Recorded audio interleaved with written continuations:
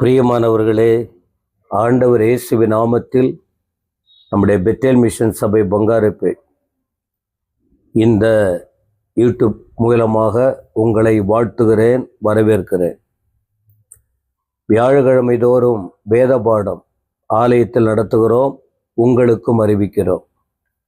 நீங்கள் சுற்றி வளைத்து எல்லா நிகழ்ச்சியிலும் பாருங்க, வசனம். வானம் ஒழிஞ்சிடும், பூமி ஒழிந்து போயிடும், காண்கிற யாவும் கரைந்து போய்விடும், ஒன்றும் இல்லாத போயிடும். இந்த வேதாகமம் மட்டும்தான் கடைசி வரைக்கும் நிலைச்சிருக்கும். துவக்கமும் முடிவும் இதில் தான் இருக்கு.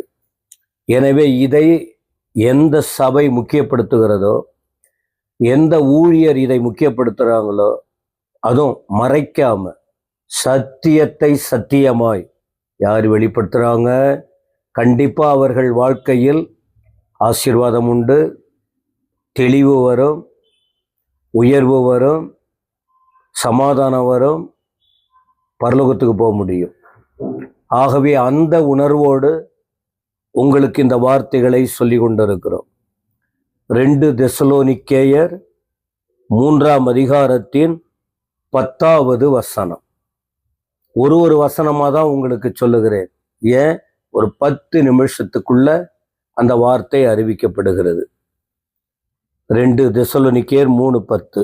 ஒருவன் வேலை செய்ய மனதில்லாதிருந்தால் அவன் சாப்பிடவும் கூடாதென்று நாங்கள் உங்களிடத்தில் இருந்தபோது உங்களுக்கு கட்டளையிட்டோமே. படிக்கும்போதே புரியுதா உங்களுக்கு? இதை யார் சொன்னது? அப்போஸ்தலனாகிய பவுல், கர்த்தருடைய அப்போஸ்தலர். தேவ ஊழியத்தை தரிசனம் பெற்று தேவராஜ்யத்தின் விரிவாக்கத்துக்காக தன்னை அர்ப்பணித்து செயல்பட்ட மனுஷன். அவர் தெசலோனிக்கே சபையை தொடங்கினார். அங்குள்ள ஜனங்களுக்கு சத்தியத்தை சொன்னார். அவர்களோட இருந்து ஊழியம் செய்த நாட்களில் அதை சொன்னதை ஞாபகப்படுத்துறாரு. உங்களுக்கு கட்டளையிட்டோமே, இதை செய்யணும், இதை செய்யக்கூடாது என்று, இப்படி வாழ வேண்டும், இப்படி வாழக்கூடாது என்று. அப்படி சொல்லும்போது ஆண்டவுடைய காரியங்களை வலியுறுத்தி சொல்வதற்கு இந்த இடத்துல அவர் தன்னை முக்கியப்படுத்தி தான் சொன்ன வார்த்தையை நினைவுபடுத்துகிறார். உங்களுக்கு கட்டளையிட்டோமே. சரி, என்ன விஷயம்? ஒருவன் வேலை செய்ய மனசு இல்லைன்னா நீங்க சாப்பிடாதீங்க அப்படின்னு நாங்கள் இருந்தபோது சொல்றாரு. அப்ப எதை முக்கியப்படுத்துறாரு? ஒவ்வொருவரும் வேலை செய்ய வேண்டும்.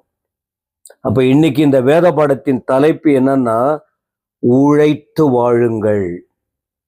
உழைத்து வாழுங்கள், உழைத்து முன்னேறுங்கள், அப்படி சொல்லலாம். உழைத்து முன்னேறுங்கள், இதான் இந்த வேத பாடத்தின் தலைப்பு. உழைப்பு என்பது சாபம் அல்ல, உழைப்பு என்பது ஆசீர்வாதம்.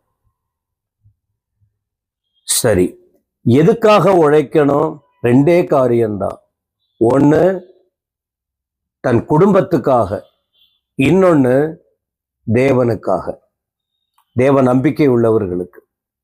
தேவ நம்பிக்கை இல்லாதவர்கள் அவர்கள் வாழ்நாள் முழுவதும் உழைக்கிறது சொல்லுவாங்க, நான் எனக்கு தான் என் வயிற்றுக்காக உழைக்கிறேன், என் மனைவி பிள்ளைகளுக்காக உழைக்கிறேன், என் குடும்பத்துக்காக தான் நான் உழைக்கிறேன், இத்தனை வருஷம் கஷ்டப்பட்டு என் குடும்பத்துக்கு தான் அப்படின்னு சொல்லிக்கிட்டு இருப்பாங்க.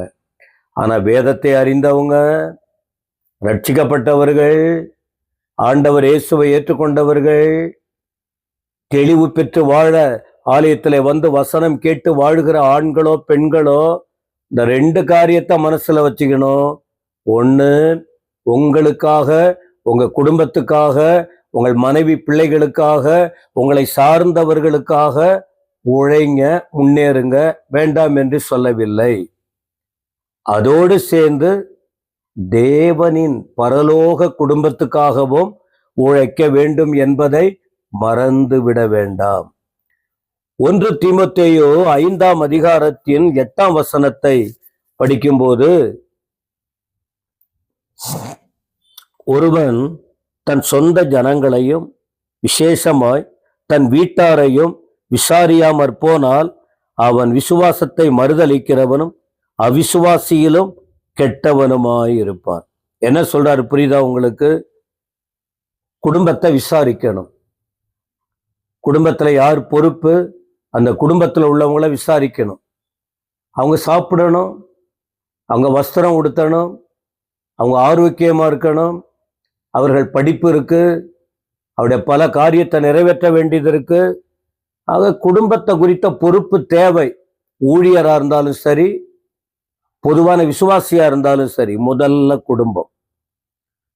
தன் சொந்த ஜனம், தன் வீட்டார் விசாரிக்கிறதுன்னா அவங்கள கவனிக்கிறது. இல்லைன்னா விசுவாசம் மறுதலிக்கப்படுவதும் அவிசுவாசியிலும் கெட்டவனாய் இருப்பான்னு தேவனுடைய பிள்ளைகளுக்கு பவுல் அங்க சொல்றார். அப்ப இந்த முதல் குறிப்பை நீங்க பார்க்கும்போது உழைப்பு அவசியம். ஆனா முதல்ல யாருக்காக உழைக்கணுமா? அவர்களை சார்ந்த குடும்பத்துக்கு கண்டிப்பா உழைக்கணும். வேலை செய்யாம இருக்கக்கூடாது, சோம்பலா இருக்கக்கூடாது, வீணாக நேரத்தை செலவழிக்க கூடாது. கொடுத்த பலன், கொடுத்த ஞானம், கொடுத்த நேரம் இவையெல்லாம் பயன்படுத்தி, ஏன்னா அந்த உழைக்க வேண்டிய காலங்களில் உழைக்காம பின் நாட்களில் நீங்க முயற்சி பண்ணீங்கன்னா நடக்காது. குறிப்பா சொல்லுவாங்க, கோடை நாட்களில் வெய்ய நாட்கள்ல ஓடி உழைச்சி கஷ்டப்படலன்னா மழை வந்துச்சுன்னா நீங்க எங்க வெளியில போக முடியும்? அதனால உழைக்க வேண்டிய நேரத்துல கடினமா உழைத்து சிறிய வேலையோ பெரிய வேலையோ செய்யணும். இது குடும்பத்துக்கான காரியம். இரண்டாவது, தெய்வீக குடும்பத்துக்காக உழைக்க தான் வேணும். 1 கொரிந்தியர் 15ஆம் அதிகாரத்தின் 58ஆம் வசனத்துல இதே பவுலடிகளார் சொல்லுகிற வார்த்தையை பார்க்க முடியும். 1 கொரிந்தியர் 15:58. ஆகையால் எனக்கு பிரியமான சகோதரரே, கர்த்தருக்குள் நீங்கள் படுகிற பிரயாசம் விருதாவாயிராதென்று அறிந்து நீங்கள் உறுதிப்பட்டவர்களாய் அசையாதவர்களாயும் கர்த்தருடைய கிரியையிலே எப்பொழுதும் பெருகுகிறவர்களாகவும் இருப்பீர்களாக. தேவனுக்குரிய காரியம், அதான் பரலோக குடும்பத்துக்காக உழைக்க வேண்டும். 2 காரியமே செய்யணும். தேவனை அறிந்த பிள்ளைகள், தேவனை அறியாதவங்க நீங்க உங்க குடும்பத்துக்காக பண்ணுங்க. ஆண்டவர் இயேசுவை அறிந்தவங்க, ஆலயத்துக்கு உட்பட்டவர்கள் உங்க குடும்பத்துக்கும் செய்யணும். சபை வளர்ச்சிக்கு, தேவ ராஜ்யத்திற்கு, ஆண்டவர் நாமத்துக்கு மகிமையா கடைசி காலத்தில் வாழ்கிறோம், கவனமாய் செயல்பட வேண்டும். சரி, அப்படி உழைச்சா என்ன ஆகும்? என்ன ஆகும் அப்படின்னா, ஒண்ணு, மரியாதையோட வாழ முடியும். 1 தெசலோனிக்கேயர் 4:11. மரியாதையோட மற்றவங்கள மதிப்பாங்க. 2வது, குறைவில்லாம வாழ்வீங்க, செழிப்போட இருக்க முடியும். நீதிமொழிகள் 12:24, சங்கீதம் 128:2, செழிப்பா இருப்பீங்க. 3வது, எபேசியர் 4:28, மற்றவர்கள் கொடுக்கணுங்கிற எண்ணம் வரும்.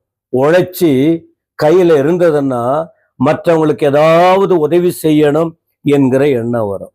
4வது, மனசுல அமைதி கிடைக்கும், அமைதியா நீங்க இருக்க முடியும். 2 தெசலோனிக்கேயர் 3:12. கடைசியா, தேவன் உங்களுக்கு பலன் கொடுப்பார். இப்படி உங்கள் குடும்பத்துக்காக ஆண்டவருக்காக உழைச்சிங்கன்னா பலனை பரலோக தேவன் கொடுப்பார். கொலோசையர் 3:23-24 படிங்க. இதுவரைக்கும் நீங்க இதை தெரியலன்னா தெரிஞ்சுங்க. கஷ்டப்பட்டு உழைங்க, மற்றவங்க நிழல்ல வேணாம், தெரிஞ்ச வேலையை செய்யுங்க. ஊழியத்துக்காக, சபைக்காக, உங்களுக்காக தேவன் பலன் கொடுப்பார். கர்த்தர் உங்களை ஆசீர்வதிப்பாராக. ஆமென், ஆமென்.